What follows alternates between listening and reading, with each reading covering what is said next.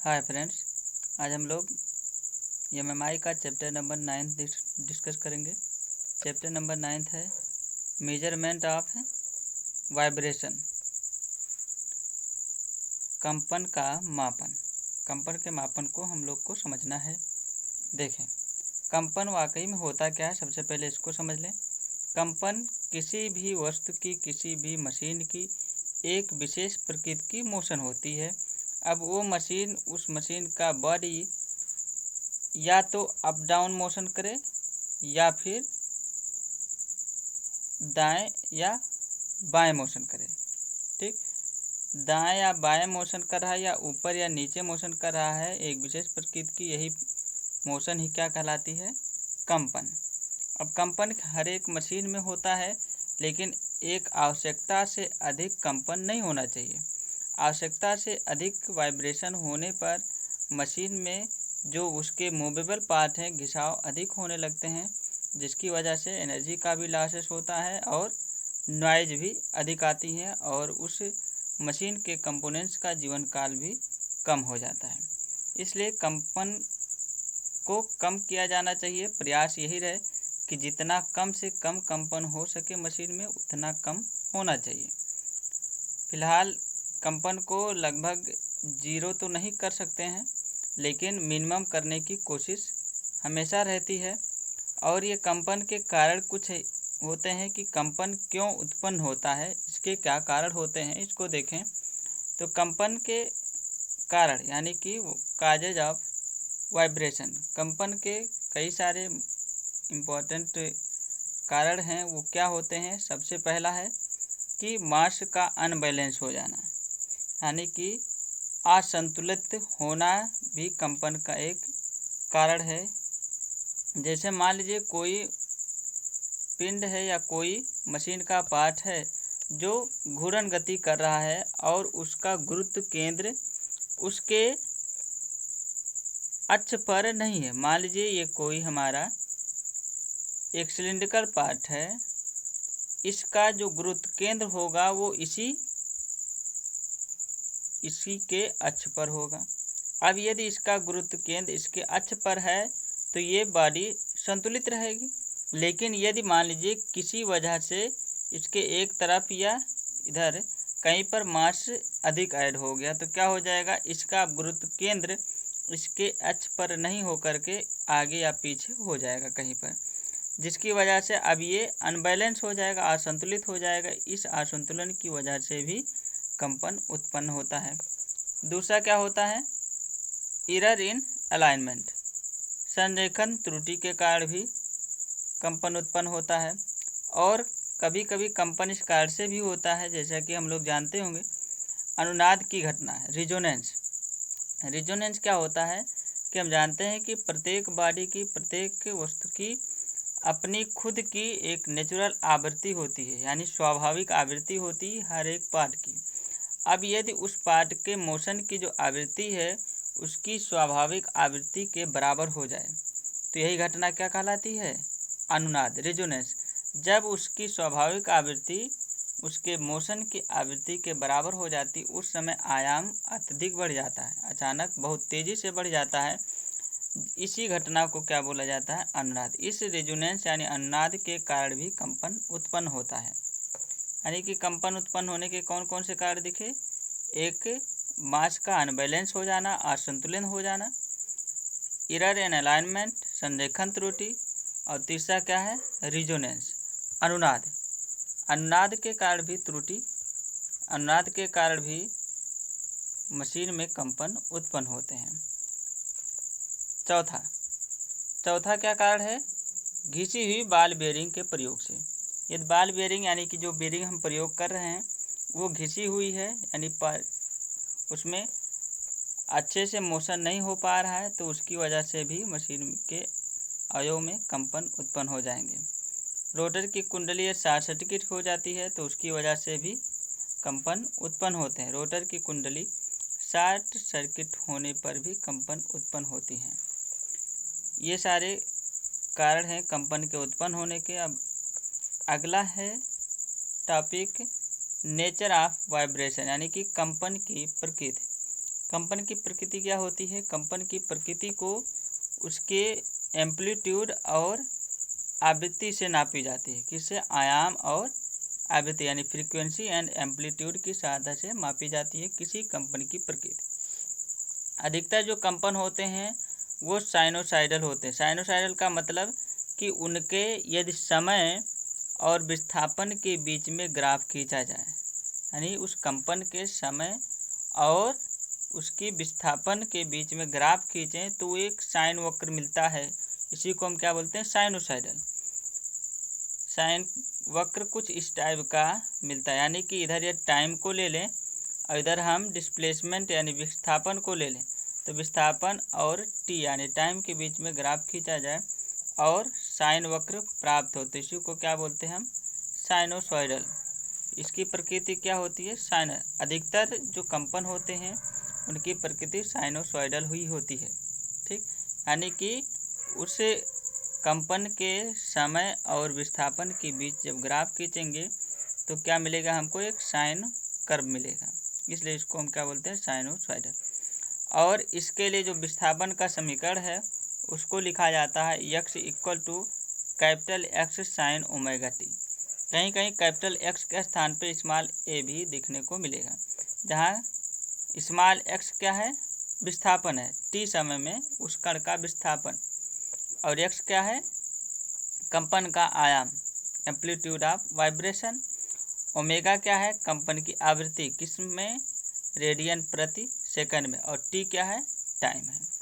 यानी कि विस्थापन को हम क्या लिख सकते हैं? x equal to capital x sine omega T.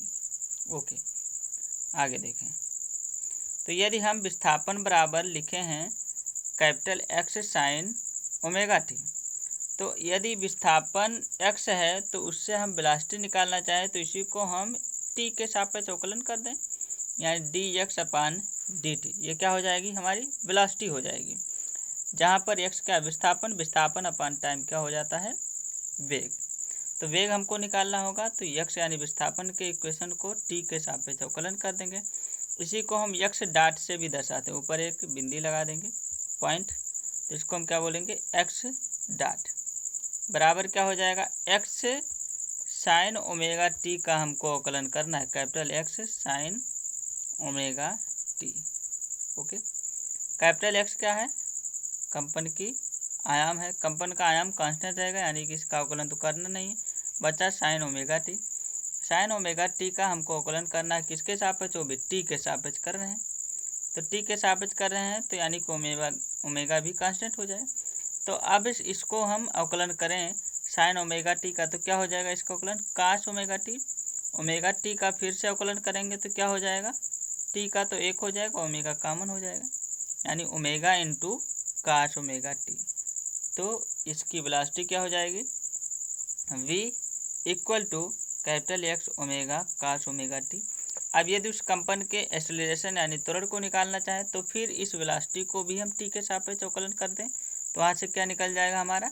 उस कंपन का त्वरण, यानी कि a बराबर लिख सकते हैं acceleration a equal to d v upon d t, या इसी को हम क्या लिख सकते हैं? इसका अवकलन एक बार फिर से d x by d t का, तो इसको हम क्या लिख सकते हैं? D two x upon d t two. इसी को हम एक्स डबल डॉट भी बोलते हैं, एक्स के ऊपर 2 पॉइंट लगा दें, बराबर क्या हो जाएगा? इसका एक बार फिर से अवकलन करना है, फिर से अवकलन करेंगे तो एक्स और ओमेगा तो कॉमन हो जाएंगे, कांस्टेंट है, बचेगा क्या? Cos omega t. और हम जानते हैं कि कास थीटा का अवकलन क्या होता है? माइनस साइन थीटा, यानी कि कास ओमेगा टी का क्या हो जाएगा? Minus sign omega T. अवकलन हुआ माइनस साइन ओमेगा टी।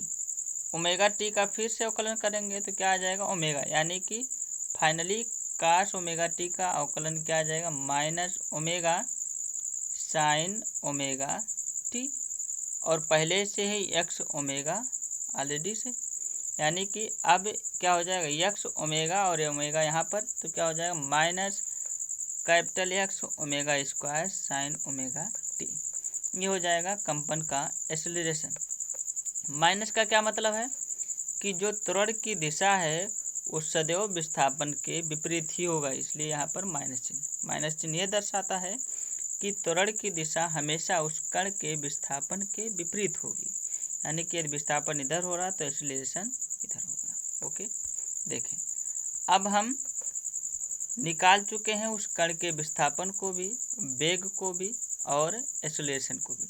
यानी कि किसी कंपन का मेजरमेंट यदि हमको करना है तो या तो उसके विस्थापन को निकाल लें, उस मशीन के अवयव को या उस कण के विस्थापन को निकाल लें, या उस कंपन के वेग को निकाल लें, या उस कंपन के त्वरण को निकाल लें। इन तीनों माध्यम से ही हम वाइब्रेशन का कैलकुलेशन, वाइब्रेशन का मेजरमेंट कर सकते हैं। देखें अब यदि हमको कर्व बनाना हो किसके किसके बीच, समय और विस्थापन के बीच, तो समय और विस्थापन के बीच में कर्व कैसे बनेगा, x बराबर अभी लिखे थे पीछे साइन ओमेगा टी, आगे रहेगा कैपिटल एक्स। ठीक, तो यानी कि ये साइन है तो साइन कर्व बनेगा। साइन कर्व कैसे बनता है, ये है हमारा कर्व, इधर क्या है हमारा टाइम, और इस तरफ क्या हम लिख रहे हैं, इधर हम x मतलब विस्थापन है, v for velocity, a for acceleration त्वरण।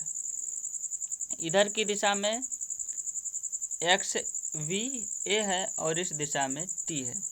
तो यदि हमको विस्थापन का आरेख, विस्थापन का कर्व खींचना हो तो क्या बनेगा, साइनोसॉइडल, साइन का कर्व बनेगा एक। तो साइन का कर्व यही होता है हमारा, ओरिजिन पॉइंट मूल बिंदु O से शुरू होकर के कुछ इस टाइप का बनता हुआ जाता है। ओके, यहाँ पर पहुँचेगा, एक साइकिल कंप्लीट हो जाएगा। ओके, यानी यहाँ से पहुँचने में यहाँ से एक साइकिल, ऐसे पुनः ये रिपीट होगा आगे तक। तो यहाँ पर यदि इसके मैक्सिमम देखें कि इसकी वैल्यू जो है मैक्सिमम कहाँ पर हो रही है, तो यदि एक चक्कर पूरा करने में, एक चक्कर पूरा करने का समय क्या कहलाता है हमारा, आवर्तकाल, उस कंपन का आवर्तकाल कहलाएगा, जिसको हम कैपिटल टी लिखेंगे। तो एक साइकिल यहाँ से यहाँ तक कंप्लीट हुआ, तो इसमें जो समय लगा वो क्या होगा, टी, कैपिटल टी, जिसको हम आवर्तकाल बोलते हैं। अब इसकी जो मैक्सिमम वैल्यू यानी कि विस्थापन जो एक्स हम खींच रहे हैं उसका मैक्सिमम वैल्यू यहाँ पर है। इस समय जो टी का मान हो कितना हो जाता है, वो t/4, जीरो फिर बीच में हो रहा है कहाँ पर, t/2 पर। उसके बाद पुनः निगेटिव की दिशा में, नीचे निगेटिव है, निगेटिव की दिशा में भी मैक्सिमम वैल्यू हो रहा है कहाँ पर होगा, 3t/4 पर। ये तो हो गया x यानी कि विस्थापन का वक्र। इसके बाद हम x को t के सापेक्ष अवकलन किए हैं तो क्या निकल करके आया हमारा, वेग। वेग का फार्मूला निकल करके आया है x omega cos omega T, यानी कि v किसके प्रोपोर्शनल, cos ओमेगा टी के। यानी कि जो वेलोसिटी का कर्व बनेगा वो कैसा बनेगा हमारा, काश का कर्व। और काश का कर्व हम लोग जानते हैं कैसे बनता है, उसका जो ओरिजिन पॉइंट पर वैल्यू है मैक्सिमम से शुरू होता है, यानी कि ये यहाँ से शुरू होकर के कुछ इस टाइप का काश का कर्व बनता है। तो ये हो जाएगा हमारा यहाँ पर वेलोसिटी का कर्व v।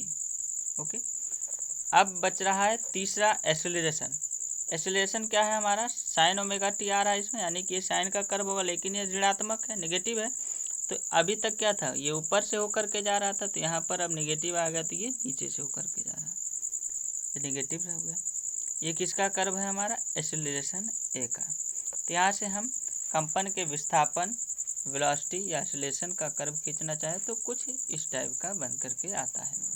ओके, आगे देखिए, यानी कि कंपन का मेजरमेंट करने के लिए यदि हम उस कंपन के विस्थापन, वेग या त्वरण को किसी को भी हम माप ले तो वही क्या हो जाएगा हमारा, कंपन का माप हो जाएगा।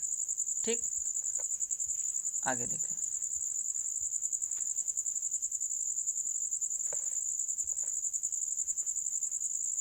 मूल त्वरणमापी, फंडामेंटल एक्सेलेरोमीटर। मूल त्वरणमापी क्या होता है, जैसे अभी पीछे हम देखें कि यदि विस्थापन हमको पता चल गया तो विस्थापन का हम x के t के सापेक्ष अवकलन कर दें तो वेग निकल जाएगा, और उस वेग को हम t के सापेक्ष अवकलन कर दें तो त्वरण निकल गया। और यही विधि क्या कहलाएगी, इसमें इस विधि से यदि हम वाइब्रेशन का मेजरमेंट कर रहे हैं, यानी कि वाइब्रेशन का मेजरमेंट मतलब हमको या तो त्वरण का मेजरमेंट कर लें या तो वेलोसिटी का या विस्थापन का, तो यहाँ पर क्या है, फंडामेंटल एक्सेलेरोमीटर, यानी कि मूल त्वरणमापी, यानी हमको त्वरण का मापन करना है। यानी त्वरण के माध्यम से हम वाइब्रेशन का मेजरमेंट करेंगे। तो हमें निकालना है त्वरण। तो यदि हम त्वरण निकालना चाहें तो पीछे की विधि से भी निकाल सकते हैं कि विस्थापन पता हो तो उसका एक बार अवकलन करें तो वेलोसिटी निकल जाएगा, पुनः एक बार और अवकलन कर दें तो एक्सीलरेशन निकल जाएगा। तो यहाँ से हम निकाल सकते हैं फार्मूले के द्वारा भी। इस विधि को हम क्या बोलते हैं? अप्रत्यक्ष विधि। यानी कि पहले विस्थापन, विस्थापन से वेग, वेग से त्वरण। अब यदि हम उस त्वरण को, जो कंपन आ रहा है, उसके त्वरण का मापन उसको हम किसी आउटपुट वोल्टेज में कन्वर्ट करके करें। यानी कि जो कंपन है, कंपन को हम क्या करें? कुछ ऐसा अरेंजमेंट करें जिसकी वजह से उसमें कुछ आउटपुट वोल्टेज में चेंजमेंट आए, यानी आउटपुट वोल्टेज हमको कुछ मिले। तो उस आउटपुट वोल्टेज के माध्यम से यदि हम त्वरण का मापन कर रहे हैं तो उसको हम क्या बोलते हैं? त्वरण मापी। ये क्या है? हमारी एक प्रत्यक्ष विधि है। ओके, अब हमको क्या मापना है? त्वरण का मेजरमेंट करना है। ठीक, त्वरण का मेजरमेंट या तो हम विस्थापन से निकाल करके उसका डेरिवेटिव करके निकाल लें, या फिर हम डायरेक्ट उस त्वरण को किस में कन्वर्ट कर दें? वोल्टेज में कन्वर्ट करके मापें, तो वो क्या हो जाएगी? हमारी प्रत्यक्ष विधि हो जाएगी। यदि कंपन का आयाम 1 mm से कम होता है, 1 mm से अधिक होता है, जब कंपन का आयाम 1 mm से अधिक होता है तो उसको हम एक ऐसे इक्विपमेंट से माप सकते हैं जिसको हम क्या बोलते हैं? कंपन वेज, वाइब्रेटिंग वेज भी बोलते हैं। और कंपन वेज कुछ नहीं, बस एक समझिए बहुत ही पतला कागज की नुमा एक पदार्थ होता है जो एक त्रिभुज के आकार का कुछ दिखता है, इस टाइप का। यानी कि वाइब्रेटिंग वेज हमारा कुछ इस टाइप का दिखता है। ये क्या होता है? एक बहुत पतला, यानी कि ऐसे कागज की तरह बहुत पतला एक पदार्थ होता है, बहुत छोटा टुकड़ा होता है, जिसका एक सिरा चौड़ा होता है और दूसरा सिरा नुकीला, यानी कि इस टाइप का कुछ। इसमें जो चौड़ा सिरा होता है उसको क्या करते हैं? वाइब्रेटिंग बॉडी, यानी कि जो कंपन कर रहा है जो पिंड, उसके साथ हम इस चौड़े सिरे को जोड़ देते हैं। और इसकी जो अक्ष होती है, इसकी अक्ष यही होगी, इसकी अक्ष उस बॉडी के लंबवत रखा जाता है। और इस वाइब्रेटिंग वेज, जो वाइब्रेटिंग यानी कंपन वेज है, इस वेज को अच्छी विजुअलिटी के लिए इसको गहरे रंग से कलर कर दिया जाता है, गहरे रंग से रंग दिया जाता है, जिससे इसकी विजुअलिटी और अधिक, यानी कि उसको हम आसानी से देख सकें। तो इस कंपन वेज के माध्यम से भी हम कंपन का मापन कर सकते हैं। देखें कैसे मापेंगे। मान लीजिए हमारा एक कंपन वेज है कुछ इस टाइप का। इसको क्या किए हम? एक ऐसी बॉडी जो कंपन करे उसके साथ हम जोड़ दिए। इसकी अक्ष इस बॉडी के परपेंडिकुलर है, लंबवत है। ओके, इसका जो ये वेज एंगल है ये कितना है? मान लीजिए 2 थीटा है। ठीक, अब जब ये बॉडी कंपन करना शुरू करेगी, मान लीजिए अप एंड डाउन मोशन में ये बॉडी वाइब्रेट कर रही है, तो वाइब्रेट करेगी, तो वाइब्रेटन के समय जब कंपन करेगी, वस्तु तो हमारा जो वेज है कुछ इस टाइप का, यानी कि कभी यहाँ पर दिखेगा और कभी यहाँ पर दिखेगा, कुछ इस टाइप का।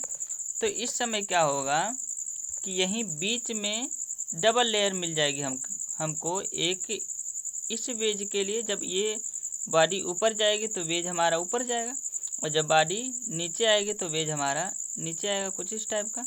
तो यहाँ पर एक डबल लेयर मिलेगा हमको, इस वेज का डबल लेयर, जो कि बहुत अधिक गाढ़ा हो जाएगा। और बाकी क्या है? एक सिंगल लेयर रहेगा।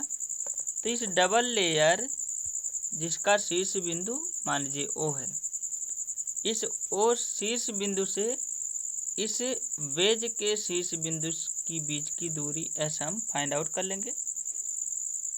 S क्या है?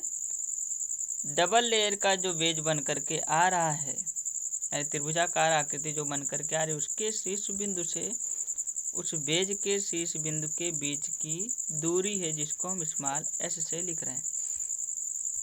और इसका ये जब शुरुआत में था, जब बॉडी कंपन नहीं कर रही थी, तो मान लीजिए वेज कुछ इस टाइप का था, ये वाला जो ये स्थिति थी इसकी, यही एक्सिस थी। इस एक्सिस को यहाँ पर हम माने ये माध्य स्थिति है। अब इस माध्य स्थिति से मान लीजिए इसका जो ये कोना है, नुकीला सिरा है, वो ऊपर मान लीजिए x जा रहा था और नीचे भी मान लीजिए x जा रहा था। ओके, अब हम देखें तो इस वेज, ये जो डबल लेयर का वेज हमको दिख रहा है, इसके कोने पर इस वेज की चौड़ाई कितनी होगी, यानी ये चौड़ाई, इसको निकालना चाहें तो बहुत ही आसानी से निकाल सकते हैं। देखें, ये हम क्या माने, माध्य स्थिति से जो वेज का ऊपर विस्थापन x है, नीचे भी x ही है, तो ऊपर x है, नीचे भी x है। यहाँ से एक लाइन इधर ड्रा करें हम, आकर के ये डबल लेयर के वेज से मिल जाएगा।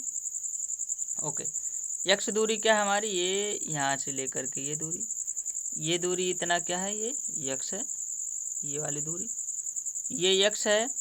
और इधर क्या बच रहा है, जितनी दूरी ये, क्योंकि मेन एक्सिस से होकर के जाएगी ये लाइन, इस वेज के एक्सिस से, तो जितनी दूरी इधर बचेगा उतनी दूरी इधर भी होगा। तो चूंकि ऊपर क्या x है, तब नीचे भी क्या होगा, x ही होगा। यानी कि इस माध्य स्थिति से जो चौड़ाई होगी इस कोने सिरे पर, यानी कि डबल लेयर के नुकीले सिरे पर इस वेज की जो चौड़ाई होगी वो यही होगी। ये चौड़ाई कितनी होगी हमारी, 2x के बराबर। ओके, अब हम क्या करेंगे, यदि हमको इससे वाइब्रेशन को मापना है तो क्या करें, वेज एंगल तो हमको पता रहेगा 2 थीटा, यानी कि इसका हाफ शीर्ष लेना हो तो क्या हो जाएगा, थीटा हो जाएगा। पूरा तो 2 थीटा है, यदि हाफ लेना होगा तो थीटा हो जाएगा। और इस ऐसे दूरी को हम मेजर कर लेंगे। उसके बाद जो इस कंपन का आयाम निकल कर के आएगा वो क्या हो जाएगा, capital x equal to s tan theta होता है। एस का मेजरमेंट हम कर लेंगे, वेज एंगल हमको पता रहेगा, वेज एंगल ये थीटा का मतलब अर्ध शीर्ष कोण है। ये पूरा हम 2 थीटा माने थे, तो यहाँ पर क्या हो जाएगा, आधा मतलब थीटा। तो ये एस टेन थीटा यहाँ से निकल जाएगा हमारा कैपिटल एक्स मतलब आयाम, कंपन का आयाम निकल जाएगा, एम्पलीट्यूड निकल जाएगा। यानी कि हम वेज की सहायता से किसी कंपन के आयाम को इस फार्मूले की सहायता से निकाल सकते हैं। अब यदि हमको उस कंपन की आवृत्ति को निकालना हो तो आवृत्ति को किससे निकालते हैं हम, एक कैंटिलीवर बीम की सहायता से निकालते हैं। कैंटिलीवर बीम को क्या करते हैं हम, जिस सतह की, जिस बॉडी की वाइब्रेशन हमको निकालना है, जिसकी फ्रीक्वेंसी हमको निकालनी है, उसके साथ इस कैंटिलीवर बीम को हम जोड़ देते हैं। कैंटिलीवर बीम की जो स्वाभाविक आवृत्ति होती है उसकी लंबाई पर डिपेंड करती है। यानी कि लंबाई जैसे ही हम घटाते बढ़ाते जाएंगे उसी हिसाब से उस कैंटिलीवर बीम की जो नेचुरल फ्रीक्वेंसी है, यानी स्वाभाविक आवृत्ति है, वो बदलती जाती है। तो इसकी भी उसमें व्यवस्था रहती है कि उस बीम की लंबाई को हम घटा बढ़ा सकें, यानी कि स्वाभाविक आवृत्ति को हम घटा बढ़ा सकते हैं अपनी आवश्यकता अनुसार। तो जिस बॉडी का हमको वाइब्रेशन निकालना होगा, फ्रीक्वेंसी निकालनी होगी, उसको हम क्या करेंगे, इस कैंटिलीवर बीम को उस बॉडी से हम जोड़ देंगे परपेंडिकुलर दिशा।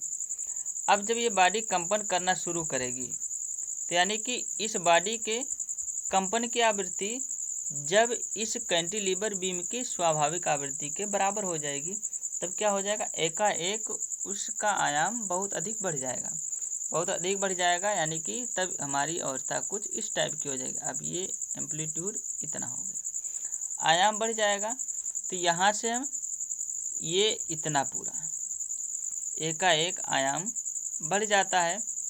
अब यहाँ से हम क्या करेंगे, यानी कि आयाम बढ़ा, कब बढ़ा आयाम, जब उस बॉडी की जो फ्रीक्वेंसी थी वो किसके बराबर हो गई, उस वस्तु, ये जो कैंटिलीवर बीम लगाए हुए थे उस कैंटिलीवर बीम की फ्रीक्वेंसी के बराबर, यानी उस कैंटिलीवर बीम की नेचुरल फ्रीक्वेंसी के बराबर हो गई। जब उस बॉडी की फ्रीक्वेंसी, तब क्या हो गया, अनुनाद की घटना देखने को मिली, रिजोनेंस की घटना देखने को मिली। यानी कि इस समय क्या होगा, जो उस कैंटिलीवर बीम की स्वाभाविक आवृत्ति होगी वही क्या होगी हमारी, उस बॉडी की, उस कण की जिसका हमको मेजरमेंट करना, उसकी भी स्वाभाविक आवृत्ति, उसकी कंपन की फ्रीक्वेंसी होगी, उस कंपन की आवृत्ति होगी।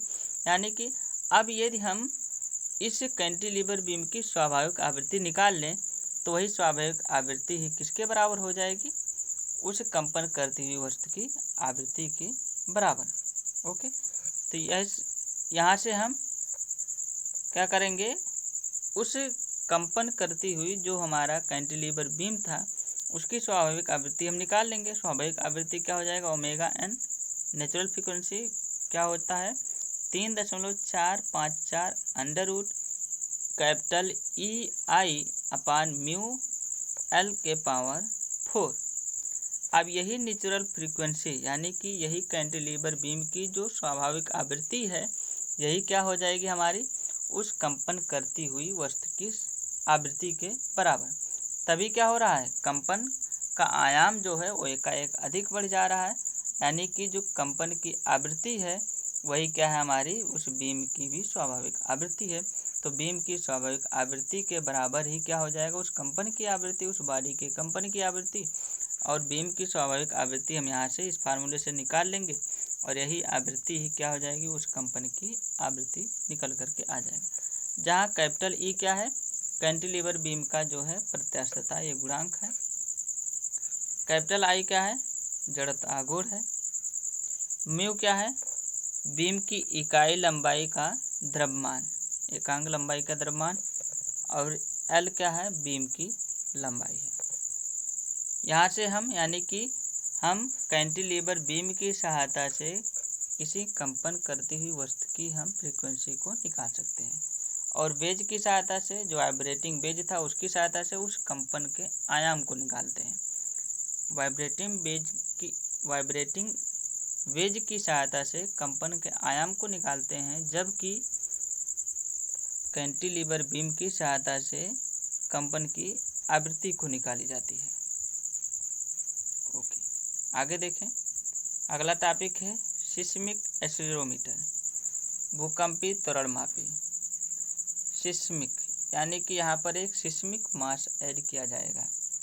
देखें, सिस्मिक एक्सीलरोमीटर में जो कंपोनेंट्स यूज होते हैं कुछ इस प्रकार है। पहला है seismic mass, spring, damper, housing, recording drum, recording pen और क्या होता है इलेक्ट्रिकल ट्रांसड्यूसर। ये सारे कंपोनेंट्स मिला करके बनाए जाते हैं हमारा सिस्मिक एक्सीलरोमीटर।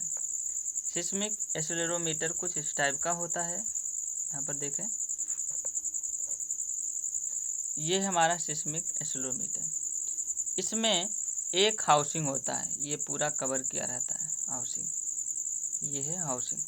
हाउसिंग के अंदर दो स्प्रिंग और एक डैम्पर यानी अवमंदक परस्पर समांतर क्रम में जुड़े रहते हैं। इस डैम्पर से जुड़ा हुआ हमारा एक होता है सिस्मिक मास, जिसको हम कैपिटल एम से लिख रहे हैं। सिस्मिक द्रव्यमान या भूकंपी द्रव्यमान भी बोलते हैं। सिस्मिक द्रव्यमान का एक सिरा इस स्प्रिंग और डैम्पर से जुड़ा रहता है और दूसरा रिकॉर्डिंग पेन से जुड़ा रहता है। रिकॉर्डिंग पेन रिकॉर्डिंग ड्रम पर रिकॉर्ड करता है और ये पूरा अरेंजमेंट किसके अंदर पैक होता है, हाउसिंग के अंदर। जिस बॉडी की, जिस वस्तु की हमको कंपन को मेजर करना है, उस बॉडी से ले जा कर के इस हाउसिंग को हम बांध देंगे। यानी कि अब यदि हमारा जो मशीन का कंपोनेंट है, जो मशीन का वो वाइब्रेट करेगा तो ये हाउसिंग भी वाइब्रेट करेगी हाउसिंग भी। यानी कि अब क्या होगा कि जितनी कंपन इस मशीन की होगी उतना ही कंपन हमारे इस हाउसिंग की भी होगा। और पहले क्या था, ये स्थिर था, यानी कि ये अगर जो इनर्शिया लॉ से देखें, जड़त्व के नियम से देखें, तो ये द्रव्यमान हमारा स्थिर रहना चाहेगा, जबकि वास्तव में ऐसा नहीं होगा।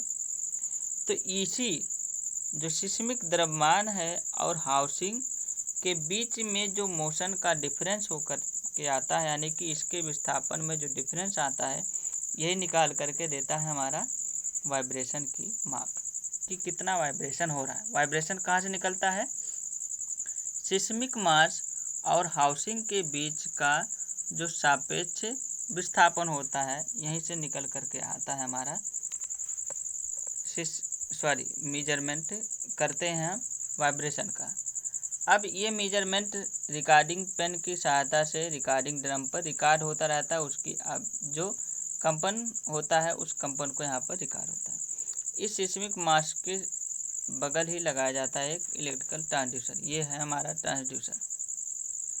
क्या करेगा ट्रांसड्यूसर? इस विस्थापन को ये इलेक्ट्रिकल क्वांटिटी में कन्वर्ट कर देगा, यानी कि जितना विस्थापन होगा मास में उतना ही अधिक यहाँ से जो आउटपुट वोल्टेज है उसमें भी चेंज आएगा, और वही चेंज इन आउटपुट वोल्टेज यही क्या बताएगा हमारा, इस मशीन के कंपन को बताएगा। इस तरीके से हम सिस्मिक एक्सेलेरोमीटर की सहायता से कंपन का मापन कर सकते हैं। कंपन का मापन इसमें हम किस माध्यम से करें? एक्सेलेरोमीटर यानी कि त्वरण मापी की सहायता से। यानी यहाँ पर हम त्वरण माप रहे हैं, उस त्वरण की सहायता से हम निकाल लेंगे कंपन की आवृत्ति। ओके, कंपन को हम किसकी सहायता से निकालते हैं? या तो हम उस कंपन को विस्थापन को निकाल लें, या उस कंपन के वेग को निकाल लें, या उस कंपन के त्वरण को निकाल।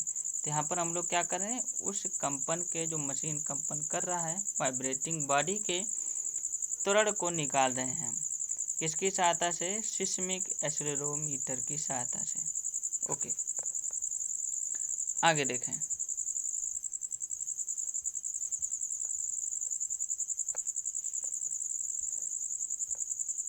टाइप ऑफ एक्सेलेरोमीटर, त्वरण मापी के प्रकार।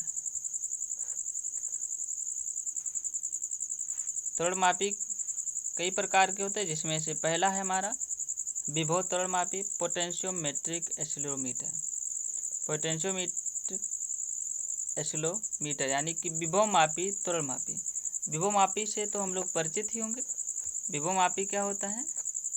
विभवांतर मापने के काम में आता है। देखें, विभव मापी एक्सेलेरोमीटर का संरचना कुछ इस टाइप का है, समझें। इसमें भी एक हाउसिंग फ्रेम होता है। हाउसिंग फ्रेम को जिस मशीनिंग कंपोनेंट्स का वाइब्रेशन हमको निकालना होता है उससे ले जा कर के जोड़ देते हैं। ठीक, हाउसिंग फ्रेम के अंदर ही एक स्प्रिंग रहता है, जिसका हम स्प्रिंग कांस्टेंट ले रहे हैं कैपिटल के। इसी स्प्रिंग से जुड़ा हुआ रहता है सिस्मिक द्रव्यमान। सिस्मिक द्रव्यमान से जुड़ा हुआ रहता है हमारा एक डैश पार्ट या यहाँ पर डैम्पर भी यूज करते हैं। ओके, यहाँ से सिस्मिक द्रव्यमान से जुड़ा हुआ एक वाइपर है। वाइपर एक रेजिस्टेंस को टच करता है, एक ये प्रतिरोध तार को टच करता है, जिसका आउटपुट हमको यहाँ पर मिलता है। ये सारा अरेंजमेंट इस हाउसिंग फ्रेम के अंदर होता है। हाउसिंग फ्रेम को हम कंपन करती हुई बॉडी के साथ अटैच कर देते हैं, यानी कि अब जो उस बॉडी का कंपन रहेगा वही इस हाउसिंग फ्रेम का भी कंपन रहेगा। देखें, ये जो डैश पार्ट है ये सेम डैम्पर के जैसा ही होता है। डैम्पर क्या करता है? जो अननेसेसरी कंपन होते हैं उसको एब्जॉर्ब कर लेता है। जैसे मान लीजिए कि ये स्प्रिंग थी, इस स्प्रिंग को हम खींच के छोड़ दिए, तो खींच के छोड़ें तो क्या होगा? अपनी प्रारंभिक अवस्था पर तो आएगा, साथ ही क्या हो जाएगा? उससे आगे भी निकल करके पुनः अब ये अपनी स्थिति पर नहीं आएगा, फिर इधर लौट आएगा। तो इधर का जो ये अननेसेसरी कंपन है उसको एब्जॉर्ब कर लेता है डैम्पर या इसके स्थान पर हम डैश पार्ट भी यूज करते हैं। डैश पार्ट में क्या भरा होता है? यहाँ पर एक विस्कस लिक्विड कोई शानदारो यहाँ पर भरा रहता है, जो हमारा डैम्पर का काम करता है। इसी को हम क्या बोलते हैं? डैश पार्ट भी बोलते हैं। डैश पार्ट ये क्या करता है? जो अवांछित कंपन होते हैं उसको ये एब्जॉर्ब कर लेता है, यानी अननेसेसरी वाइब्रेशन को अपने अंदर एब्जॉर्ब कर लेता है, जिससे मेजरमेंट में त्रुटि नहीं आती है। जो एक्चुअल कंपन है वही यहाँ पर मेजर की जाती है, इसलिए यहाँ पर लगाया जाता है डैश पार्ट या डैम्पर का यूज किया जाता है। देखें कैसे काम करता है। जब ये हाउसिंग फ्रेम वाइब्रेट करेगा तो क्या होगा? उसके साथ जुड़ा हुआ ये स्प्रिंग भी हमारा ऊपर नीचे मोशन करेगा। ऊपर नीचे मोशन करने की वजह से सिस्मिक द्रव्यमान भी हमारा ऊपर नीचे गति करेगा, जिससे जुड़ा हुआ हमारा वाइपर है। वाइपर क्या करेगा? इस रेजिस्टेंस पर स्लाइड करेगा। रेजिस्टेंस पर स्लाइड करने से अब जो आउटपुट रेजिस्टेंस है वो हमारा परिवर्तित हो जाएगा, आउटपुट रेजिस्टेंस चेंज हो जाएगा। अब इस चेंज आउटपुट रेजिस्टेंस को क्या करते हैं हम, ले जा करके व्हीटस्टोन ब्रिज से जोड़ देते हैं। व्हीटस्टोन ब्रिज से जोड़ेंगे तो जब इस हाउसिंग फ्रेम में यानी कि कोई कंपन नहीं रहेगा तो क्या होगा, यहाँ से जो रेजिस्टेंस है उसमें कोई परिवर्तन नहीं होगा, तो हमारा जो ब्रिज है वो संतुलित रहेगा। अब जैसे ही कंपन होगा वैसे ही क्या होगा, ये वाइपर हमारा ऊपर नीचे गति करने लगेगा, यानी कि जो आउटपुट रेजिस्टेंस है वहाँ पर आउटपुट रेजिस्टेंस का मान चेंज हो जाएगा, जिसकी वजह से जो व्हीटस्टोन ब्रिज का आउटपुट वोल्टेज का मान है वो भी चेंज हो जाएगा। यानी आउटपुट वोल्टेज किस पर निर्भर कर रहा है, किसके समानुपाती हुआ, इस आउटपुट रेजिस्टेंस के, और आउटपुट रेजिस्टेंस किसके समानुपाती हुआ, इस वाइपर के मोशन के। और वाइपर का मोशन किससे जुड़ा हुआ, सिस्मिक द्रव्यमान से, और सिस्मिक द्रव्यमान जुड़ा हुआ हमारा हाउसिंग से, और ये हाउसिंग जुड़ा हुआ हमारा इस मशीन से। यानी कि जो आउटपुट वोल्टेज है वो डायरेक्ट अनुपाती किसके हो जाएगा, इस मशीन के कंपन के। यानी कि जितना अधिक मशीन में कंपन होगा उतना ही आउटपुट वोल्टेज में चेंज होगा, और यही आउटपुट वोल्टेज में चेंजमेंट ही क्या बताता है, हमारा इस बॉडी का कंपन, यानी इस बॉडी के एक्सीलरेशन को मेजर कर देता है।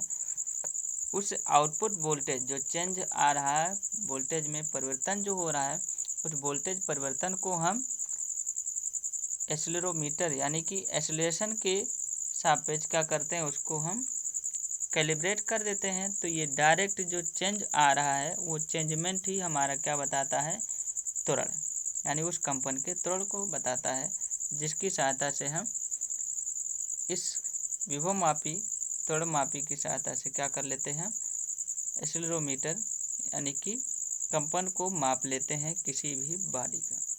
ओके, आगे देखें। दूसरा है एलवीडीटी। एलवीडीटी एक्सीलरोमीटर, त्वरणमापी के प्रकार को देख रहे हैं ना। तो पहला क्या देखें हम, पहला टॉपिक था हमारे पास विभवमापी त्वरणमापी पोटेंशियो एक्सीलरोमीटर। दूसरा क्या, एलवीडीटी। एलवीडीटी का पूरा नाम क्या हो जाएगा, लीनियर वेरिएबल डिफरेंशियल ट्रांसड्यूसर। कहीं कहीं ट्रांसड्यूसर भी लिखा जाता है, कहीं कहीं ट्रांसफार्मर भी लिखा जाता है। ध्यान दें यहाँ पर वोल्टेज नहीं रहेगा, लीनियर वेरिएबल डिफरेंशियल ट्रांसफार्मर या ट्रांसड्यूसर। ओके, देखें इसका प्रिंसिपल समझ लें, कुछ इस टाइप के रहता है, कुछ ऐसे काम करता है। जैसा कि हम लोग जानते हैं, यदि किसी तार में विद्युत धारा प्रवाहित हो रही है, इलेक्ट्रिक करंट किसी वायर में फ्लो कर रहा है, तो इस वायर के चारों तरफ एक क्या हो जाएगा, चुंबकीय क्षेत्र उत्पन्न हो जाता है। जहाँ पर विद्युत धारा है वहीं उसी वायर के चारों तरफ एक चुंबकीय क्षेत्र उत्पन्न हो जाता है, या यूँ कहें कि जहाँ पर चुंबकीय क्षेत्र वहीं पर विद्युत धारा, या जहाँ पर विद्युत धारा वहाँ पर चुंबकीय क्षेत्र होता है। यानी ये एक दूसरे के पूरक होते हैं। जहाँ पर करंट होगा वहाँ पर विद्युत चुंबकीय क्षेत्र होगा, और जहाँ पर विद्युत चुंबकीय क्षेत्र होगा वहीं पर करंट होगा। तो यानी कि अब क्या करेगा कि ये हम समझ चुके हैं कि किसी भी तार के चारों तरफ चुंबकीय क्षेत्र विद्यमान रहता है। अब ये मान लीजिए ये एक कुंडली है जिसमें हम विद्युत धारा प्रवाहित कर रहे हैं। यहाँ पर एक बैटरी सोर्स की सहायता से इस कुंडली में हम विद्युत धारा प्रवाहित कर रहे हैं। इसी के बगल में एक दूसरी कुंडली हम ला करके यहाँ पर रख दिए। दूसरी कुंडली में कोई विद्युत धारा प्रवाहित नहीं हुई। अब क्या होगा कि ये कुंडली के चारों तरफ चुंबकीय क्षेत्र उत्पन्न हो जाएगा। यहाँ पर चुंबकीय क्षेत्र उत्पन्न होगा तो जिसकी वजह से इस दूसरी कुंडली यानी सेकेंडरी वाइंडिंग में भी विद्युत धारा बहने लगेगी, यानी यहाँ पर भी आउटपुट वोल्टेज हमको मिलने लगेगा। उस आउटपुट वोल्टेज का मान डिपेंड करेगा इस कुंडली में फेरों की संख्या के ऊपर। अब ये दूसरी कुंडली में फेरों की संख्या अधिक है तो आउटपुट वोल्टेज का मान अधिक होगा। यदि कुंडली में फेरों की संख्या कम है तो आउटपुट वोल्टेज का मान हमको कम मिलेगा। यही सेम काम किस में होता है, ट्रांसफार्मर में। ट्रांसफार्मर में भी दो कुंडली होती है, एक बोलते हैं प्राइमरी और एक को बोलते हैं सेकेंडरी। अब यदि सेकेंडरी जो वाइंडिंग है, जो सेकेंडरी कुंडली है उसको मान लीजिए S2 और ये मान लीजिए S1। यदि सेकेंडरी कुंडली में फेरों की संख्या जो है प्राइमरी कुंडली में फेरों की संख्या से अधिक है, यानी कि आउटपुट वोल्टेज क्या होगा, अधिक होगा। यानी सेकेंडरी कुंडली यानी S2 में फेरों की संख्या यदि S1 से अधिक है तो आउटपुट वोल्टेज अधिक मिलेगा। और यदि तो उसी को क्या बोलते हैं हम, स्टेप अप ट्रांसफार्मर बोल देते हैं। और यदि S2 का मान S1 से कम है यानी कि सेकेंडरी कुंडली में फेरों की संख्या कम है तो यहाँ पर जो आउटपुट वोल्टेज है वो कम मिलेगा। इसी को हम बोलते हैं स्टेप डाउन ट्रांसफार्मर। ओके, देखें इसी प्रिंसिपल पर काम करता है हमारा LVDT, linear variable differential transformer. देखें इसमें भी एक हाउसिंग, इस हाउसिंग के अंदर ये है हमारा प्राइमरी कुंडली। प्राइमरी कुंडली को AC आउट इनपुट वोल्टेज से जोड़ दिया जाता है। दूसरा है यहाँ पर हमारा एक सेकेंडरी कुंडली।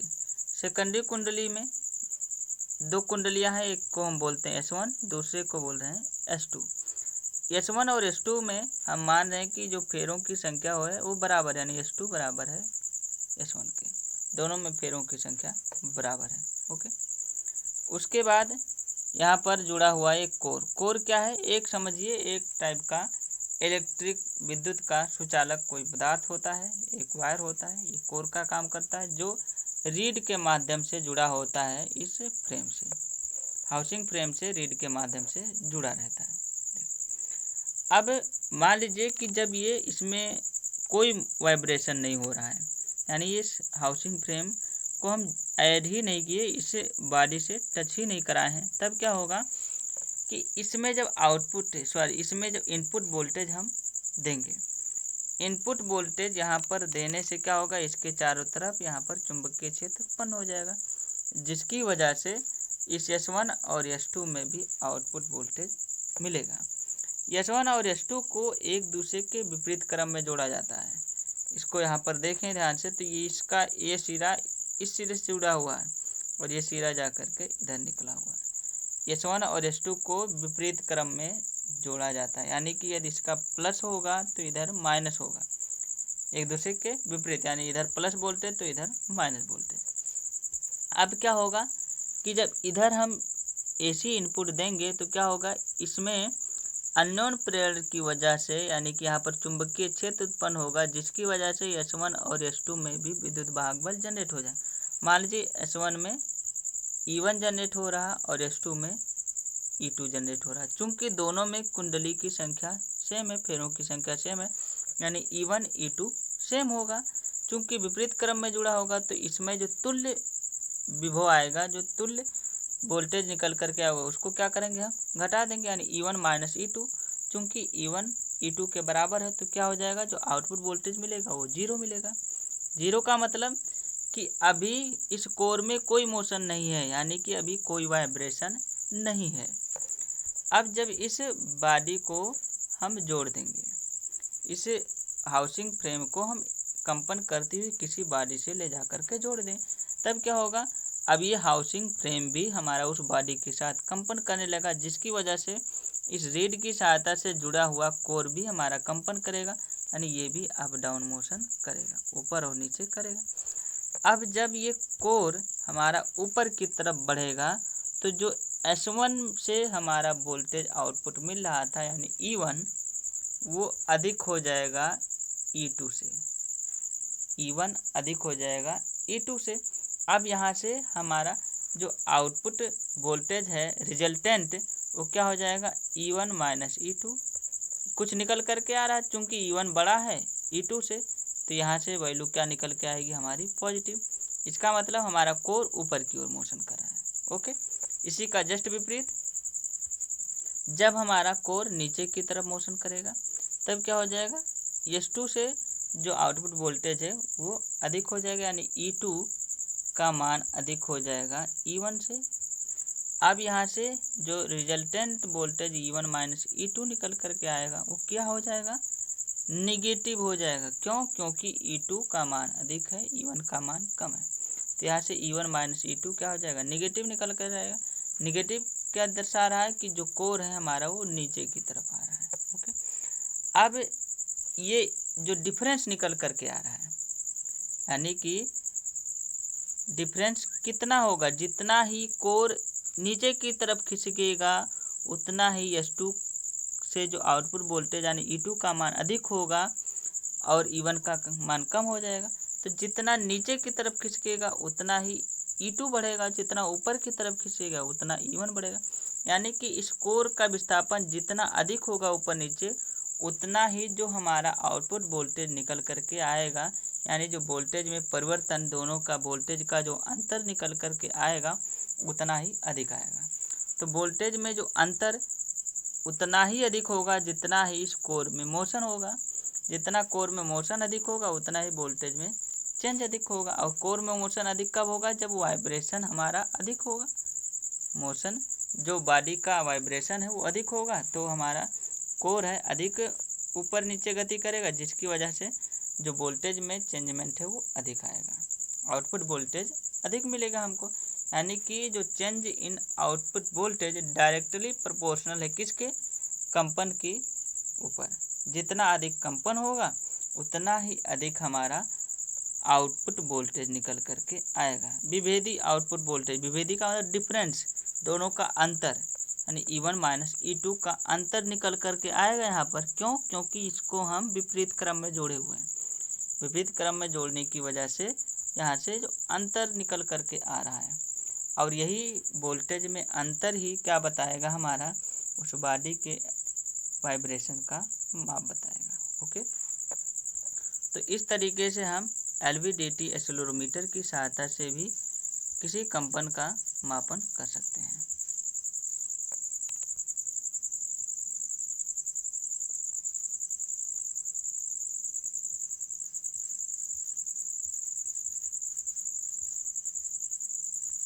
हाँ, आगे देखें।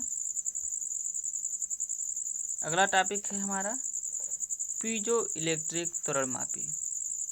पीजो इलेक्ट्रिक एक्सेलेरोमीटर, सॉरी यहाँ पर एक्सेलेरोमीटर रहेगा, ट्रांसड्यूसर नहीं रहेगा। पीजो इलेक्ट्रिक त्वरणमापी। अब पीजो इलेक्ट्रिक प्रभाव होता क्या है इसको देखने पहले हम किसी क्रिस्टल को, जब किसी पीजो इलेक्ट्रिक क्रिस्टल को दबाया जाता है, पीजो इलेक्ट्रिक क्रिस्टल जैसे क्वार्ट्ज हो गए, बेरियम टाइटेनेट हो गए, इनकी सतह को जब दबाया जाता है या फिर खींचा जाता है तो उसकी सतह पर आवेश उत्पन्न हो जाते हैं। उसकी एक सतह पर धनावेश उत्पन्न होगा तो दूसरी सतह पर उतनी ही मात्रा में ऋणावेश उत्पन्न हो जाता है। यही क्रिया का कहलाती है पीजो इलेक्ट्रिक प्रभाव।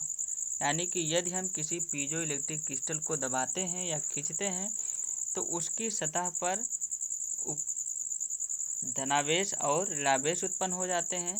यदि एक सतह पर धनावेश उत्पन्न होगा तो दूसरी सतह पर ऋणावेश उत्पन्न हो जाता है। यही धनावेश और ऋणावेश उत्पन्न होना ही क्या कहलाता है? हमारा पीजो इलेक्ट्रिक प्रभाव कहलाता है। और दोनों धनावेश और ऋणावेश की मात्रा समान होगी, यानी कि अब यहाँ पर क्या हो जाएगा? करंट का प्रवाह होने लगेगा, क्योंकि यहाँ पर आवेश आ गया और यहाँ पर आवेश है, चार्ज है, वहीं पर हमारा विद्युत धारा प्रवाहित होने लगती है। ओके, मान लीजिए ये है हमारा कोई पीजो इलेक्ट्रिक त्वरणमापी, यही है, ये हमारा हाउसिंग है। हाउसिंग के अंदर ये नीचे जो दिख रहा है ये हमारा piezo electric crystal. Piezo electric crystal के ऊपर रखा हुआ एक सिस्मिक मास।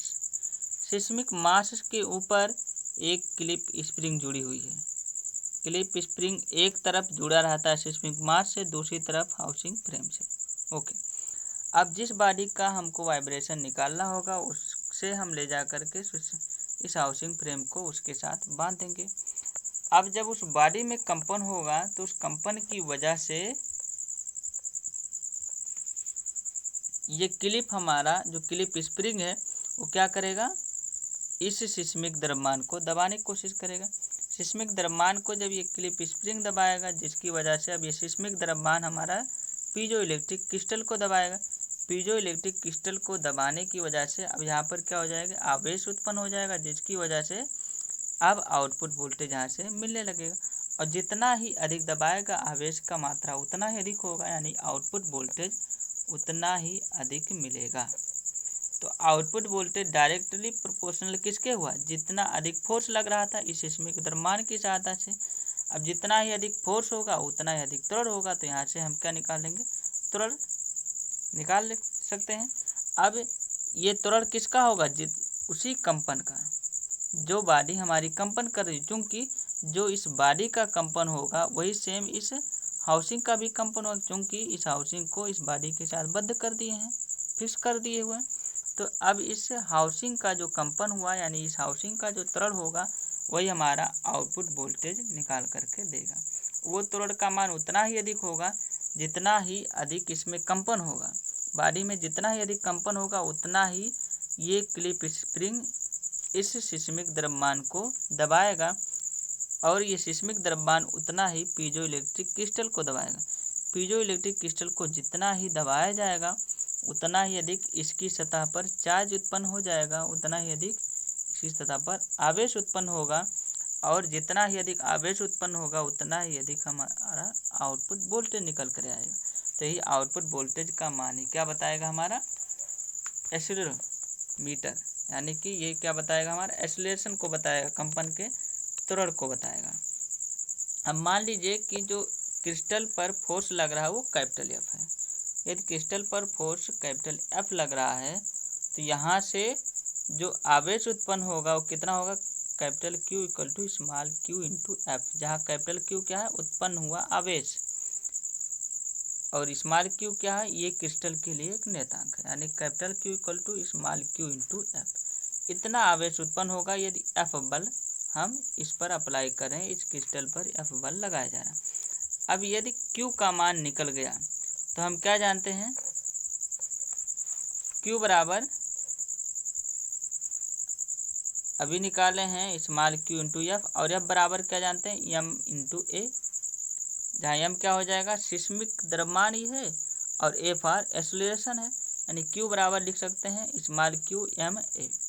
अब क्यू पता हो गया तो हम वोल्टेज भी निकाल सकते हैं, क्योंकि वोल्टेज बराबर होता है क्यू बाई सी, जहाँ सी क्या है, उस पीजो इलेक्ट्रिक क्रिस्टल की धारिता है, ये कैपेसिटी है, उसकी धारिता कितनी है, कैपेसिटेंस जिसको बोलते हैं। तो V बराबर हो जाता है Q अपान सी, और Q का मान पता ही है स्मॉल क्यू एम ए अपान में कैपिटल सी। तो जितना अधिक यहाँ से देखें तो V डायरेक्टली प्रोपोर्शनल है किसके, V डायरेक्टली प्रोपोर्शनल है ए के, यानी कि त्वरण के।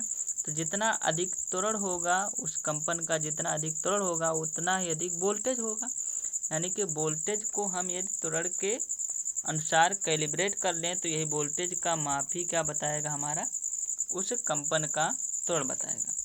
तो इस वोल्टेज को हम कंपन के त्वरण के अनुसार कैलिब्रेट करेंगे, जिससे ये त्वरण का माप ही डायरेक्ट दे देता है हमारा आउटपुट वोल्टेज।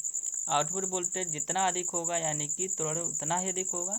तो यहाँ से हम कंपन के मेजर को, कंपन का मेजरमेंट कर लेते हैं बहुत ही आसानी से। कंपन के मेजरमेंट को यहाँ पर हम किसकी सहायता से कर रहे हैं, एक्सीलरेशन को माप करके हम कंपन का मेजरमेंट कर रहे हैं। जैसा कि पीछे देख चुके हैं कि या तो हम कंपन को विस्थापन की सहायता से मापें, या तो वेग की सहायता से मापें, या फिर त्वरण की सहायता से मापें। तो पीजो इलेक्ट्रिक जो एक्सीलरोमीटर है वो क्या कर रहा है, एक्सीलरेशन को माप करके कंपन का मेजरमेंट कर रहा है। तो जितना अधिक एक्सीलरेशन होगा उतना ही अधिक पीजो इलेक्ट्रिक क्रिस्टल से आउटपुट वोल्टेज मिलेगा। आउटपुट वोल्टेज ही क्या बताएगा, हमारा उस कंपन के त्वरण को बताएगा। Okay, thank you. आज यहीं तक, इसके आगे का हम लोग अगली क्लास में डिस्कस करते हैं।